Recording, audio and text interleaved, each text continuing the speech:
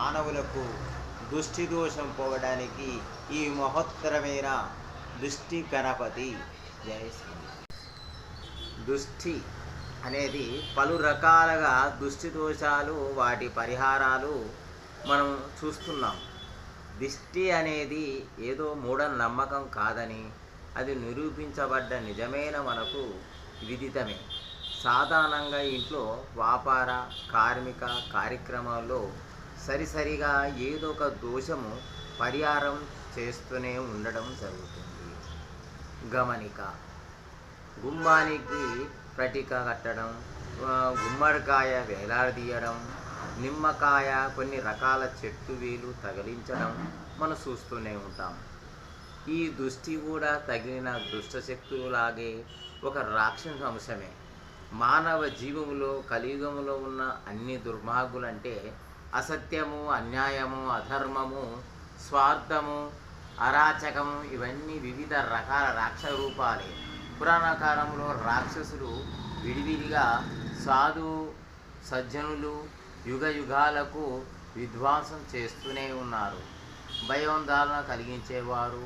అది పురాణం కాబట్టి వారి పాపాన వెనువెంటనే అరికట్టడం, ఆ రాక్షస దైవభక్తికి తపమహిమ, వారికి భార్య తండ్రులు పుణ్యకారాలు పుణ్యఫలాలు ఇవన్నీ చేస్తూ ఉంటారు గనక ఈ అసురులతో ఉన్న పుణ్యము లెక్కగడుతూ ధర్మ నిబంధమైన వారి పుణ్య మొత్తము కూడా హరించుకపోయి పాపము ఉండేదాకా ఋషులు దేవతలు నిరీక్షించేవారు. కానీ ఈ కలియుగం లాంటి పాపపుణ్యాలు బేజారు లేవు. మానవులు హింసించేవాడు మనకు శక్తి యుక్తులకు దర్శించడమే. అందుకే రాక్షసులు వారి రూపాన మార్చుకొని మానవులు కొన్ని దుర్మార్గులు అవతారం ఎత్తుతారు. అవే తదితర దుర్మార్గాలకు రాక్షస రూపాలతో పాటు వాటి గుణగుణాలను కూడా మారిపోతాయి. అలాంటి రాక్షస అంశారంలో ఒకటే ఈ దిష్టి ఉన్నవి కూడా ఈ రాక్షవతారం అని తగినన్ని దుర్మార్గులు కంటే అతి శీఘ్రంగా అతి భయంకరంగా వాగించబడుతూ సాగుతున్నాయి. తన తీవ్రమైన విశిక్షణ చూపులోని లోక కళ్యాణము ఛేదించసాగింది.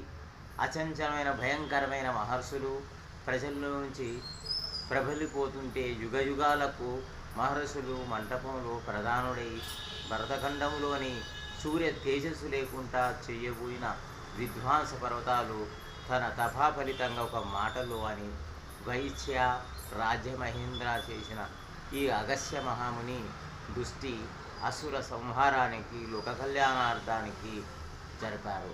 అయితే ఒక బ్రాహ్మణుడు సంహారానికి యుద్ధం చేయడం కనుక తన అసంచలమైన అత్యుల్యమైన తపోదీక్షలో ఉన్న దేవుణ్ణి సృష్టించాడు. ఈ చూపులు హరవీర భయంకరమైన ఉండే ఈ మహాదేవుడు సంభము కలిగిన ఆయన కంటి చూపు పడిన మేరకు ఈ పరిపరంగా ఉండటం వల్ల కనుమరుగిపోకుండా రాక్షసులు ఇలా దేశ సహితులంగా ఎంతో దూరం వెదుగుతూనే ఉంటారు. అంత దూరం కూడా రాక్షసులు పరుగులు తీససాగారు. ఈ దృష్టి అనేది కూడా మానవులు ప్రబలిన తక్కిన దుర్మార్గాలకు వంటి రాక్షసులే గనక రావణ కుంభకర్ణులు ప్రాణాలు పోయితే తక్కిన దుర్మార్గులకు వంటి రావణ కుంభం వలంటి ప్రాణాలు పోవడం తమకు చావాల్సిన జరిగేది.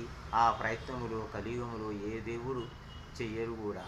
అప్పుడే కలియుగం పరమార్థం నెరవేరని ప్రభలాంతకం ద్వారా మానవుడు దృష్టి జరుగుతుంది. కానీ ఈ యొక్క అగస్త్య మహర్షి పుణ్యమా అని ఒక మహాశక్తి దృష్టి కలిగిన ఒక పరిహారము దిష్టి రాక్షసులు కాకుండా కాపాడడం జరిగింది. అది మహోత్తరమైన శక్తి పేరే దిష్టి గణపతి. చూపులకే గులుపాలుగా హరివీర భయంకరుడైన దహించబోతాడు. బ్రహ్మ విష్ణు మహేశ్వర తదితర దైవశక్తులు అనంత జంక చక్ర గదాగర్గ సూర్యులు అసులకు నిర్పాతమైన ఈ ఆయుధం కలిగిన నిప్పులు చెలరేగే నేత్రాలలో మహోత్తరమైన అందిస్తుంది దృష్టి. చెలరేగిన త్రినేత్ర మహోదరమైన అందరికీ దేవతలు శక్తి పుంజుకొని సర్వశక్తి సంపన్నుడైన దుష్టి అనుతుడైన దుష్టుడితో అంత దుష్టరూపములో పొట్టిదైన సింహాసన వాహనము పొట్టిగారుడైన చూపులతో గుల్పాలుగా ఉదయించాడు ఆ మూర్తి, ఆ దుష్టి గణపతి. అగస్త్యుని యొక్క ఆజ్ఞానులకు శిరస వహించి నిదుష్టుడైన దుష్టి గణపతి చిత్రపటాన్ని ప్రతి ఇంటిలోని ఉత్తర దిక్కు ఉండాలి. ఆ ఉత్తర దిశ ఉండటానికి వీలు పడకపోతే ఇంటి గుమ్మం పైన ఉండాలి. ఇతర దృష్టి దానిపైన పడేటట్టుగా ఉంచాలి. అందుకే దిష్టి గుమ్మము శ్రేష్కరము. దేని ఏ పూజ నిష్పరము నిర్కణంగా లేవు. ప్రతిరోజు లేదా ప్రతి శుక్రవారం అగరవత్తులు కానీ సాంబ్రాణి ధూపం కానీ వేస్తే చాలు, ఇంకేమీ చేయవలసిన లేదు. ఆ ఇంటి గుమ్మం ఉంచడం ద్వారా పరిహార దృష్టి దోషము తగ్గదు. అంతేకాదు ఇంటిలో ఉన్న దృష్టి కూడా వైదొలిగిపోతుంది. దీనికి ఇళ్లల్లోని కార్యక్రమాల్లోని కర్మాగార వ్యాపార స్థలంలో అన్ని రకాల అంగులోని గమ్యం ముందుకు ఉండవచ్చు. ఇలా ప్రతి చోట ఉండటం వల్ల పరిపరంగా దుష్టిదోషము పటాపంచులేగాక ఆ రకాలుగా ఊరుతులుగా నగరము దేశమంతా ఉండటం మూలమైన అదే దేశ పరిహారంగా దుష్టిదోషము ఉండదు. అలా దేశ సౌభాగ్యాల ద్వారా విశ్వశాంతి సాధ్యమవుతుంది. అదే అగస్త్యుని యొక్క అంశం. ఈ దుష్టి గణపతి తమిళనాడు ప్రపంచంలో ప్రఖ్యాతి పొందింది. రాజరాజేశ్వరి వీధాపీఠ పైన జ్ఞానసిద్ధుడైన పరమజ్యోతి స్వామివారిచే వెలుగులోనికి తేజించబడింది. అగస్త్యుడు పరమజ్యోతి స్వాములు వారు పుణ్యము కలియుగములోని తదిపరంగా దుష్టి దోషాలు బలికాకుండా దుష్టి గణపతి అని మానవులు కాపాడుతూ పరిమాణాలు చేసుకుంటూ ఈ దుష్టి గణపతి చిత్రపటము కలిగించుకోవడం ద్వారా చక్కని సుభరితమైన పరిహారం జరిగి సుఖ సంతోషాలతో ఉండటం గాక వర్ధిల్లుతారు. ఈ చిత్రపట కాగితం కానీ ఫోటో కానీ ఎలాగైనా తగిలించుకోవచ్చు. జై శ్రీమన్నారాయణ.